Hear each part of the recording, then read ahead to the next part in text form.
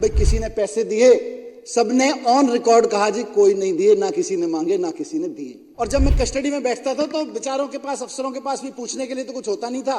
10-15 minute, आधा घंटे बात करते थे। भारतीय जनता पार्टी सीबीआई और ईडी दोनों के पीछे पड़ी हुई थी कि यह शराब घोटाले को 10,000 करोड़ का घोटाला बनाओ। 10,000 करोड़ का नहीं बना, 1,000 करोड़ का नहीं बना, 100 करोड़ का नहीं बना। उस पर भी उन्होंने कह दिया साहब कुछ चवन्नी तो मिले, 1 रुपए का भी नहीं बना पा रहे हम तो। किसी, ये खूब पड़ताल की इन्होंने, अफसरों से की, इधर की उधर की, मेरे गांव में ढूंढा, रिश्तेदारों से पूछा, सबसे पूछा। इन्होंने व्यापारियों से पूछा, जितने लोगों को लाइसेंस दिए गए थे सबसे पूछा। भाई किसी ने पैसे दिए, सबने ऑन रिकॉर्ड कहा जी कोई नहीं दिए, ना किसी ने मांगे ना किसी ने दिए। सबने ऑन रिकॉर्ड कह रखा है एजेंसीज के स्टेटमेंट में। लेकिन बीजेपी उनके पीछे पड़ी हुई थी। मैं सर कस्टडी में रहा हूं, सीबीआई की कस्टडी में रहा हूं और ईडी की कस्टडी में रहा हूं। और जब मैं कस्टडी में बैठता था तो बेचारों के पास, अफसरों के पास भी पूछने के लिए तो कुछ होता नहीं था। 10-15 मिनट, आधा घंटे बात करते थे। 24 घंटे कस्टडी में रखते थे तो मेरे से गप्पे मारते थे, बताते थे। फिर धीरे धीरे वो खुलने लगे, बताने लगे क्या मामला है जी, क्यों हमें करना पड़ रहा है। बेचारे इज्जत भी करते थे, बोले जी थोड़ी सी हमारी भी घर में प्रॉब्लम है, बच्चों को समझ नहीं आ रहा कैसे पढ़ाएं, थोड़े उनके बारे में भी गाइड कर दो। मैं तो बैठ के उनके बच्चों के बारे में शिक्षा गाइड कर रहा था वहां बैठ के। लेकिन थोड़ी बहुत जो बात हुई उनसे, थोड़ी बहुत पूछताछ के नाम पे उन्होंने कुछ स्टेटमेंट लिए और जो बताया उन्होंने, लेकिन जब कॉन्फिडेंस में, मैं भी चौंक गया। भारतीय जनता पार्टी सीबीआई और ईडी दोनों के पीछे पड़ी हुई थी कि यह शराब घोटाले को 10,000 करोड़ का घोटाला बनाओ। अधिकारियों ने कहा साहब 10,000 करोड़ में से कोई चवन्नी तो मिले, तब तो 10,000 करोड़ की बात करें। इनको यहां तो किसी के यहां चवन्नी नहीं मिल रही, कहां से 10,000 करोड़ का बना है। तो कई महीने तक ये लोग, बीजेपी वाले, सीबीआई और ईडी के अफसरों के पीछे पड़े रहे कि इसको 10,000 करोड़ का घोटाला बनाओ, 10,000 करोड़ का घोटाला बनाओ।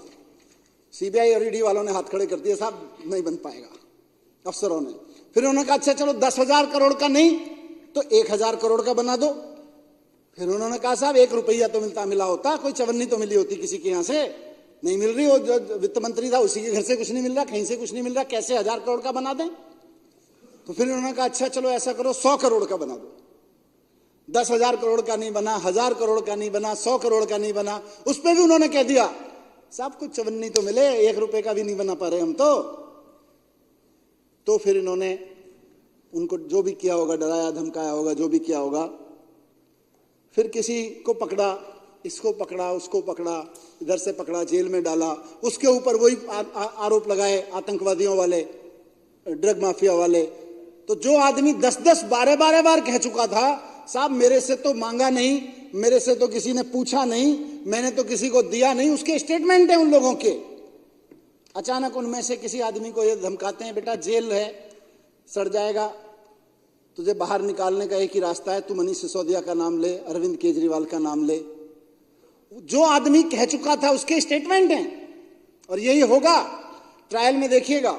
जिसके स्टेटमेंट हैं कि साहब मैं तो कभी मनीष जी से कभी कहीं मिला भी तो मेरी तो हिम्मत ही नहीं पड़ती थी उनसे बात करने की। जो आदमी रिटन में स्टेटमेंट दे रहा है इन्वेस्टिगेशन में कि मैं तो कभी मनीष जी से मिलता था, मेरी तो हिम्मत ही नहीं पड़ती थी बात करने की, उसको जेल में डाला। 6 महीने बाद उससे एक स्टेटमेंट लिया मेरे खिलाफ, कुछ उससे बुलवाया, मुझको उठा के अंदर जेल में डाल दिया।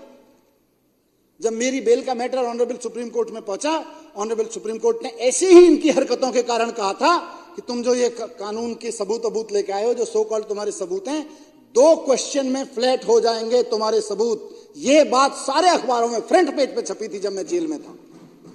2 क्वेश्चन में फ्लैट हो जाएंगे तुम्हारे सारे सबूत, ये ऑनरेबल सुप्रीम कोर्ट ने कहा है। ये सबूत लाए हमारे खिलाफ, जिसको ऑनरेबल सुप्रीम कोर्ट ने कह दिया भाई 2 क्वेश्चन में फ्लैट हो जाएंगे जब ट्रायल में चलेगा तो।